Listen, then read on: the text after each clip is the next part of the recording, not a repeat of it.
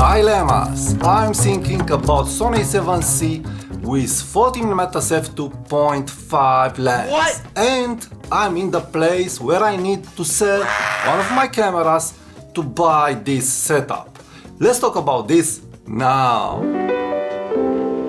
Hi there and welcome to Tudor Talks. In this video I just want to share with you my thoughts regarding Sony A7c that I had in hand with 40mm f2.5. Also, I've used that lens in the shop a little and I was able to see how good is that lens and how good is the build quality of Sony 40mm f2.5. But I was thinking to sell one of my cameras or lenses to have budget for Sony A7c with 40mm f2.5.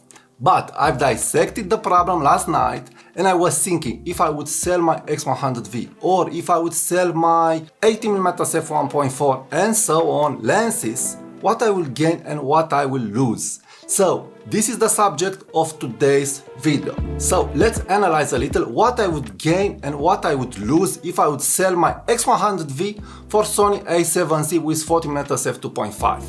Well, why 40mm? Because I'm really liking that field of view. So I'm really thrilled and I'm decided that my focal lens, my go-to focal lens, it is 40mm field of view. Yes, I know that the distance between 35 and 40 is small, but for me it's not small. For me 40mm is the one, is my favorite focal lens. The following focal lens that I like is 28mm and between 28mm and 40, of course, the 35mm. So here is my dilemma. Okay, I have X100V with a great 35mm lens, but in a previous video, check link in the card, I've showed that you will be able to obtain a very good 40mm lens from your X100V by activating Sports Finder mode.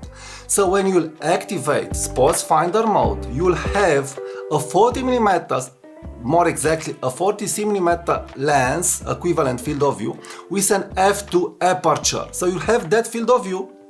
And from my test in studio and in real world street photography, I found out that the difference between a 20mm lens and a 27mm lens on Fujifilm is not big. It's not big. So with X100V, I am able to get that 43mm, not 40, field of view. Okay, but with an f2 lens. So this means by night I have at least one stop advantage regarding ISO and shutter speed. On the other hand, with Sony A7c, I will have better AF, better depth of field, better pop of the subject.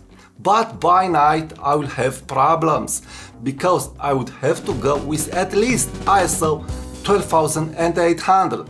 So where I am, on paper, in night street photography, that 40mm f2.5 will not bring me many advantages. On the contrary, will bring me disadvantages. So I've decided in the end that yes, by night I prefer the lens of X100V with a 40mm field of view with an f2 lens, or I can put this lens in the 35mm field of view. So again, the APS-C for me on paper is winning it compared with that lens, especially by night, because my problem is that I want to use the same camera and the same lens by night and by day. But a 40mm f2.5 by night is hard to use, is not impossible. You can use a flash or you can use the ambient light, but you want that f2, you want it because I know from experience that an f2, an f1.8, an f1.4 lens is doing miracles. Okay, next, on Fujifilm with X Pro 3, with X-T5, and by the way, here it is X-T5 with Godox Lux Junior connected with a small rig cage for X-T5, beautiful rig, I really like it and I'll do a review about it very soon. So, X-T5 with 27mm f2.8 by night, it will do the same job, as A7c with colors, with all kinds of accessories and advantages of the Fujifilm system. So where I am, okay, I will not sell my 85 or A7C, and I will not sell my small pancake lenses that on X-T5, when I weighed them, I was able to find that X-T5 with the pancake lenses, the f2.8 from TT Artisan and f2.8 from Fujifilm, will be lighter with 50 grams or so than Sony A7C. So, okay, I must keep my X-T5 and my 27mm f2.8 lenses because again, on Sony A7C, even if that lens is great, even if it's a f2.5 lens, again, by night I have the same image quality with this APS-C body. Okay, then why not look at my Micro Four Thirds gear? And here I have the 20mm f1.4 from Olympus. A beautiful lens, an f1.4 lens, fast, with very fast AF, very fast AF. But yes, Olympus, the OMD M10 Mark IV ISO of the sensor is a little behind, of course, Sony A7C and of course of the Fujifilm system. But I was able to get good results, very good results, and I'm sharing pictures with all these systems so you can get an idea. Yes, the sensor by night is a little behind.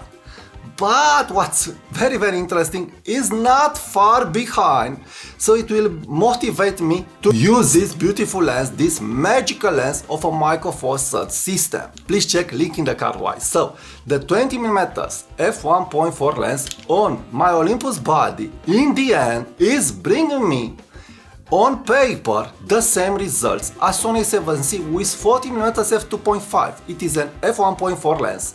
So this means you'll have the depth of field of an f2.8 lens on a full frame camera. But my findings in real world use are different. No, this is an optimized lens with feather bokeh, with extremely good glass, pro glass. This is better in good light when you are watching the picture entirely than a Sony 5. If you are asking me, at pixel level you could say Sony is sharper, you have more details. Yes, it is sharper and you have more details, but this lens again is rendering in a special way.